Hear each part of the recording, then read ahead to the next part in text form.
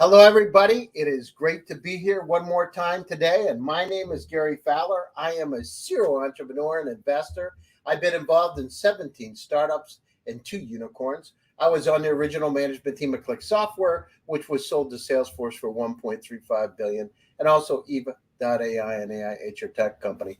Love artificial intelligence and quantum computing. Love going around the world and look for incredibly cool companies that can make a dent in the universe and change the world. And as we all know, we are in a state of infobesity. We got a lot of data around us. We need to make sense of that data. We need to be secure. We need to use things like technologies like quantum computing to be able to help us make sense of it and to chart our future. So with that, I'd like to bring on my friend Bola. So Bola is a serial entrepreneur. He's got a Master of Science in Engineering, loves AI and quantum, and is specifically cybersecurity. And as we all know, there are a lot of challenges out there today. He is the CEO and president of TrueSec, which is a DevSecOps collaboration framework that adds security practices to the software development and delivery process. The combination of this automation and AI detect all vulnerabilities, delivering application security that enables DevSecOps teams to release software quickly and securely, reducing costs by 30%. And we all know we want to save some money and we want to be secure. So with that, I'd like to bring Bola on. Bola Olatunji. Hi, Bola. How are you doing, buddy? Hi, Gary. Thanks for bringing me on today. Yeah, no, it's great. So how in the world, so tell me a little bit about it. So you were you grew up in Nigeria, correct? Yeah. And what was that journey like? So how did you just wake up one day and say, oh, I want to move to California? Or what happened? How did that take place? So that journey started way back in in college. One of our professors, came to Stanford for some training and exposure. Then he came back and oh, I found something great in Stanford. And from then on, that was like 1998. So from then on, I started nurturing the idea of, try to come to the Silicon Valley one day to see what happens. And then ever since then, there's been a lot of explosion in the industry, in the Silicon Valley, and also in the tech industry. That has also propelled me into encouraging me as well into going into technology. And I worked in MTN Nigeria. I worked in 18 countries. Well, I was trained in Sweden, trained in a couple of countries, and I worked as a telecom engineer before venturing into cybersecurity. Now tell us about how big is MTM? Because many of the audience may not know MTM. How big is it? So MTN, as a contractor, MTN was before I left Nigeria. It was about 60 million subscribers just in Nigeria. Wow. Then right now, the last I checked, it was 80 million subscribers. That is in Nigeria. Then you want to count about 18 countries. So the last project we did, we're making $5 million on monthly basis. Wow, that's great. Well, congratulations. Most people don't realize how many enormous opportunities are available in Africa, right? That's really what, over 1.1 billion people, 38 countries, some of the greatest minds in the world, in Nigeria, Ghana, Zambia, all over South Africa, Egypt. I mean, you name it. It's just like, diamond in the rough, and we need to really go out and cultivate and democratize those opportunities. So, okay, so you come out, you go to California Creek University, get your master's degree. You did your telecom channel operations management. So what made you decide to move into entrepreneurship? How did that, one day you wake up and a light bulb goes up and said, oh, I want to go down and form Takis? How did it work? And what happened with Takis? I know you were that was an Arizona-based company, but what was that about? Takis was it's more of it has become True Talk, so it's launched in the Play Store basically. So Takis basically it's a rich communication software, just like Zoom basically. So it does more. We're able to put in some features that enables users to do interviews. Mm-hmm. You know, Do interviews. That's you interesting. can conduct interviews like, you know, in the tech industry. If you want to hire someone, you need to have another platform, maybe called CodaPad. Then you have them do that. But in this platform, you have everything in place. So if you want to interview someone, the person goes in there, and then they use that same platform for the interview, for the test, for the technical interview. So I developed that interest while I was in the telecoms, right? So I developed that interest in telecoms. I've always been an entrepreneur. I was in one of the largest um, computer market in the world. It's called Computer Village. You can, maybe if you want to Google it, it's the largest place as a den where you computer parts are concentrated in one place. Wow, where is that located? It's located in Ikeja, Otigba, Ikeja, Lagos, Nigeria. You can find out more about it. Yeah. Okay, So so why is it, Bola, there's so many opportunities like Patricia and Flutterwave coming out of Africa. Why is there's so many companies that are coming out of there right now? What's the deal? It's incredible. It's because most of the guys, they're very ambitious. Nigerians are more like they're very ambitious. They want to go. They're go getters. They're very focused. Somehow, you know, and you have a lot of things. If it's entertainment, they're there. If it's technology, they're there. So those two industries they are very there. Even if you're talking about banking, they're there. So it's more like then the game of numbers as well. So you will have about almost 250 million people in Nigeria. So the number also helps us in that aspect, in the statistics, in whatever any area you want to call it. Because if you have someone in Lagos, basically Lagos is almost like the size of Ghana in terms of population. Wow, that's incredible. I didn't That's a realize city. that. That's a state. Mm-hmm. So you can, and that's where most of the things happen. And so a lot of fintech opportunities there. Why is that? I mean, they're coming out of Nigeria. You hear a lot about fintech. Is it because they don't have that legacy architecture or infrastructure that we have, and they just go right to peer to peer? Why is it? Because it's just like they're all over the place. Oh, they're there because the adoption. Africa adopts technology more Mm-hmm. because you know why, it's like foreign to us. So we want to adopt it quickly. So the adoption of technology has helped us in that aspect. If you talk about the banking industry, is very well advanced, I would say, because most of the things they do, they go around the world and bring the technology home. So that way, there's a knowledge transfer. So that's where the adoption comes in, right? So whatever we're doing, I started having my CCNA way back in the 2000, right? Yeah. I had my CCIE, which is the highest level in the networking security, right? Way back in 2010, before I joined Cisco when I came to the United States. Wow. And yeah, it's just growing. It's amazing, actually, the companies that are coming out of there, like I said. So, and then, you know, you moved over to the States. You said you did some work with Cisco. Why did you go down through Trusik? Let's talk about Trusik. How did you go about, founding that company? What did you wake up one day and say, oh, I want to do another one? Takis was cool, but now I want to do another company. How did that DevSecOps collaboration framework come about? So it came about because I found, while working in Cisco, so I found some areas that I felt were not touched. And I also understand what it is developers face when they are developing their software and the issues they face up until now. And then so that was what spurred me into developing this solution. And then I left Cisco in December 22nd. It was a very painful exit, but I had to go. And then December 22nd, when? Oh, just like maybe 3 weeks ago. Oh, I didn't know that. I didn't even see that on your CV. I didn't see Cisco on there. Yeah, because it was a contracting job. So I decided to silent it because I work for Cameo, Then Cameo works for Wipro. Then Wipro works for Cisco.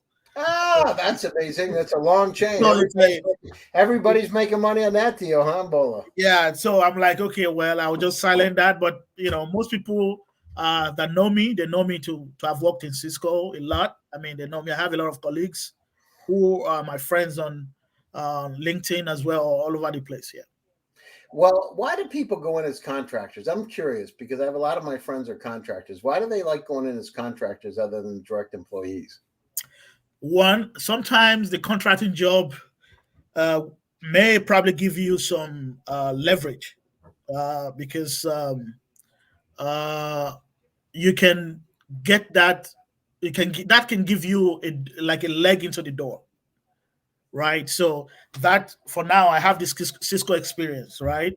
So if I had not taken up that contract, I wouldn't be talking about Cisco experience right now. So I mean, it's part of my journey, and I'm so proud to have worked with awesome people in Cisco. I know a lot of technology that I was trained with, and all of that.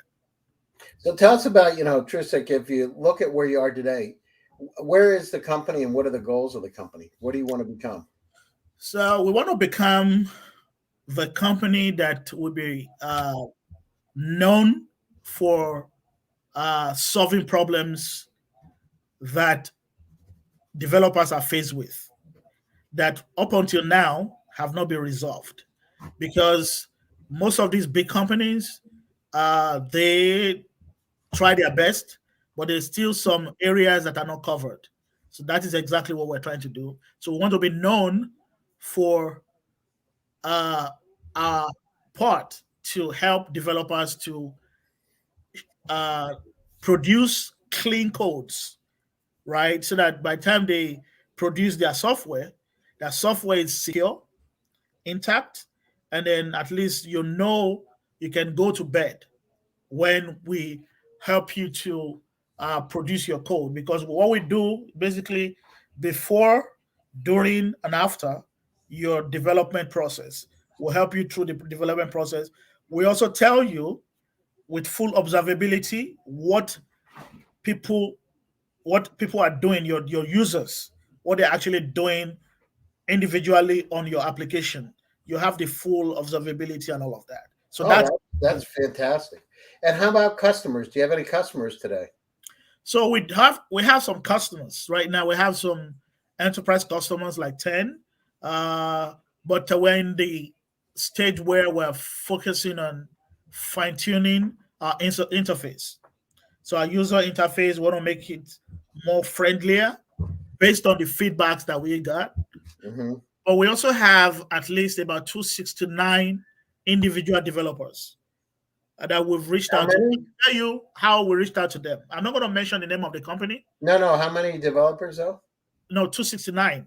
So we found 269 individual developers. Got it. So we found like an open source developed by a very big tech company that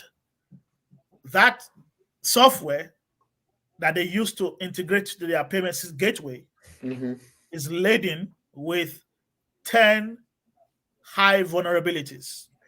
Wow, that's incredible. So we're able to prove it to them, and they brought us to their fold as part of their support, which to us, it's a boost because it's more like a validation of our process and what exactly we're trying to do. No, that's fantastic. Well, always when you do it, the proof is in the pudding, right? And you show people what you can do. That's fantastic. So where are you going to go from here? What's the path? What's the next year hold for you? And what about beyond that? Oh, you mean next year or this year, 2022? Yeah. Well, this year.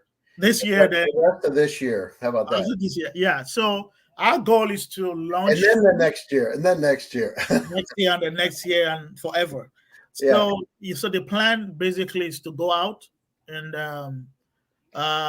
in the next maybe 1 month, we're going to have a big launch. Then that is when people will get to know about TrueSec. They get to know the strength that we're bringing to the fold in this industry, basically to the space, basically, and then people will be able to see and identify with us for the usefulness of our product. No, that's fantastic. And how many employees do you have today? Right now we have 4.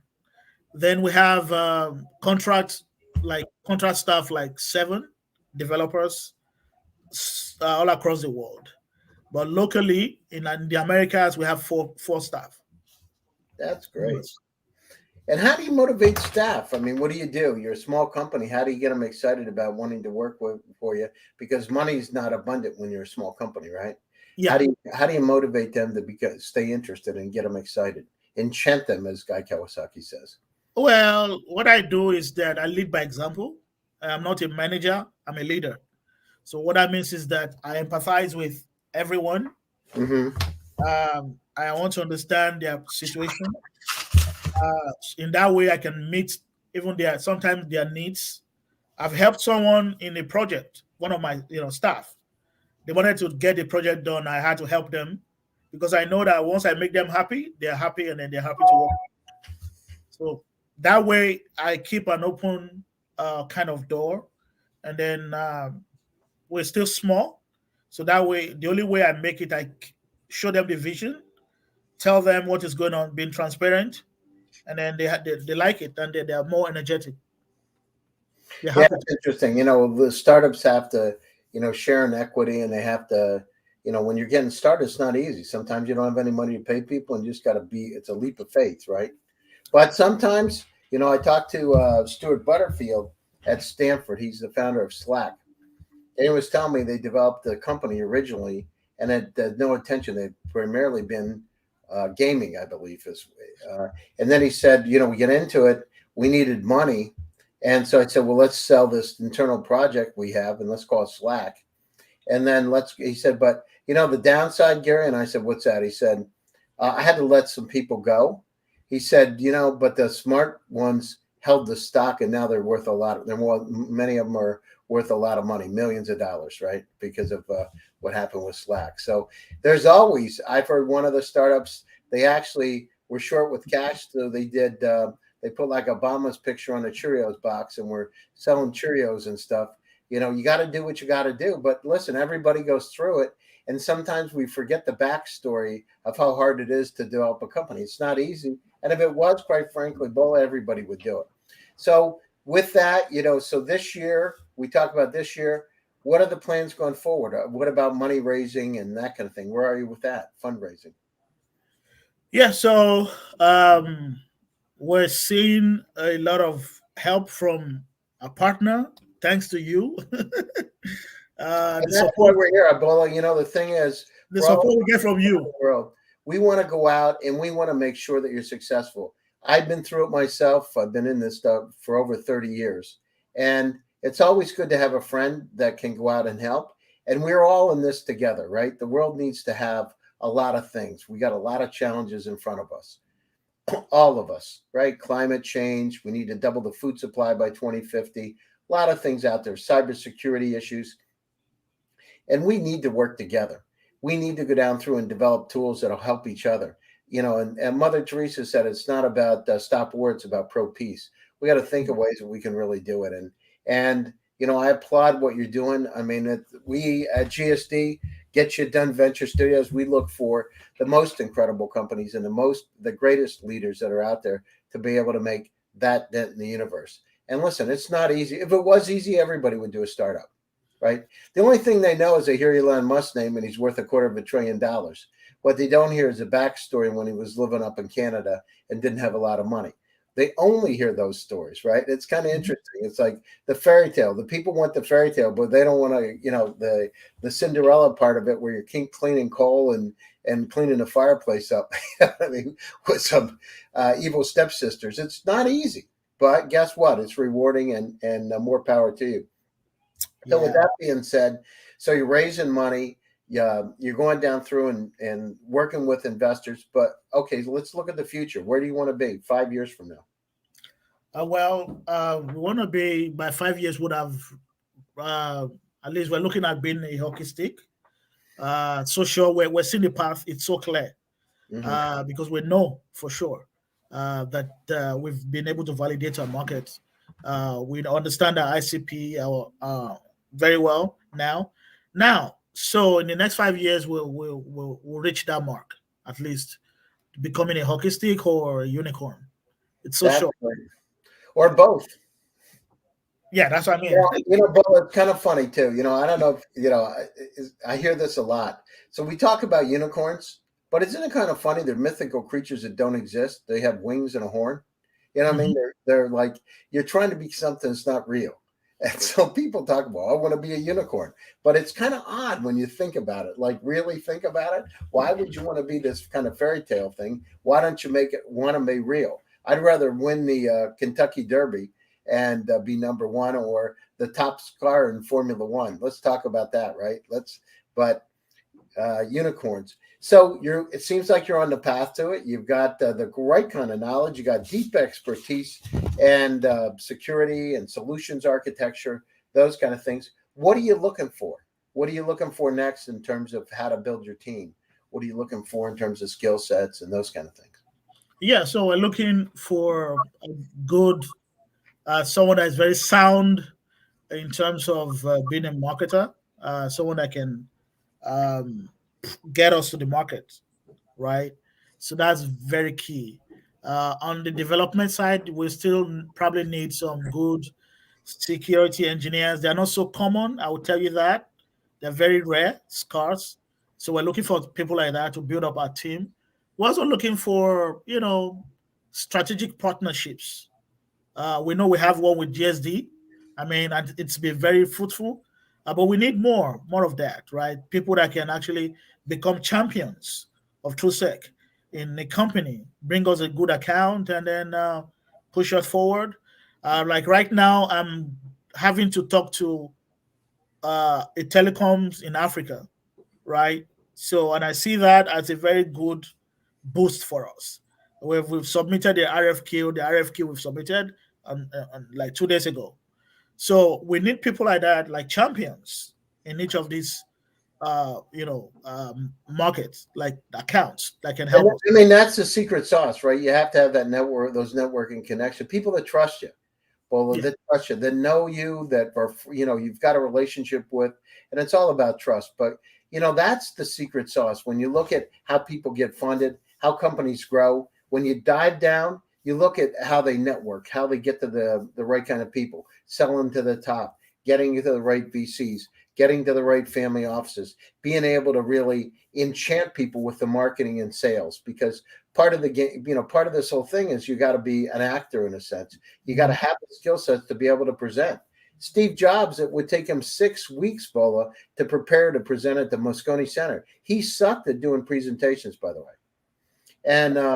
And yet at the same time, he would practice. And when people saw him out there, he would enchant them. He would get them so excited. They wanted to see that next iPhone so badly that they were willing to wait days sometimes to sit in front of that store, to go to the Moscone Center just to hear him speak.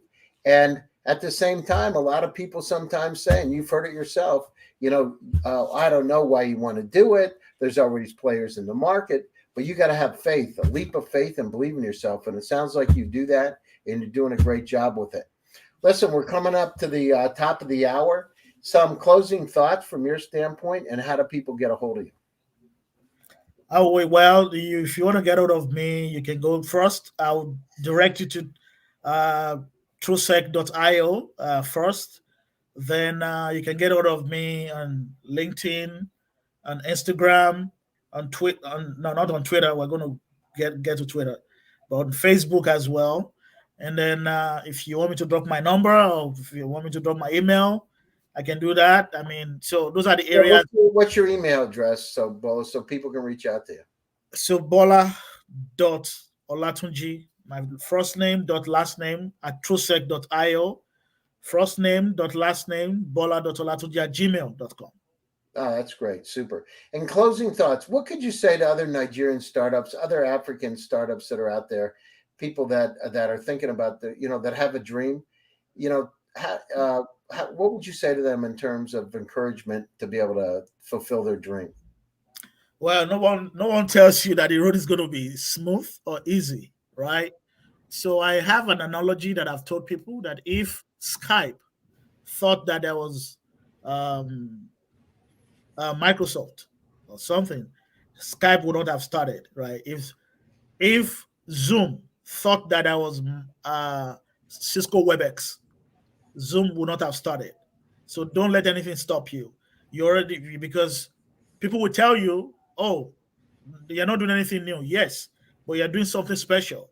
Tell yourself that. Once you tell yourself that you're doing something special, that will propel you to moving forward. You're not going to get the whole encouragement from people, but you just have to move forward. Yeah, no, I mean, Friendster was there and so was MyFace, and then came Facebook, right? Where are they today? So, you got to believe, you got to have faith. There's a leap of faith. You got to be able to believe, you got to manifest in terms of, getting people excited about where you're going. And people want to be attracted by people that are very positive. So, the law of attraction. If you're positive and you're really convinced that what you have is right, people want to be part of it. And you're doing a great job with Ebola. It's great to have you on the show today. I appreciate you taking time in your busy schedule to join us. To my audience out there, my name is Gary Fowler, and as I said, I'm the CEO, president, and co-founder of GSD Get Shit Done Venture Studios. Happy to help. Stay tuned next week for another exciting edition of GSD Presents Silicon Valley AI and Tech. Again, my name's Gary Fowler. Stay safe, stay happy, and stay healthy. And look forward to seeing you all again. Stay tuned. And Bola, thank you very much. Take care. Bye bye, everybody. Bye.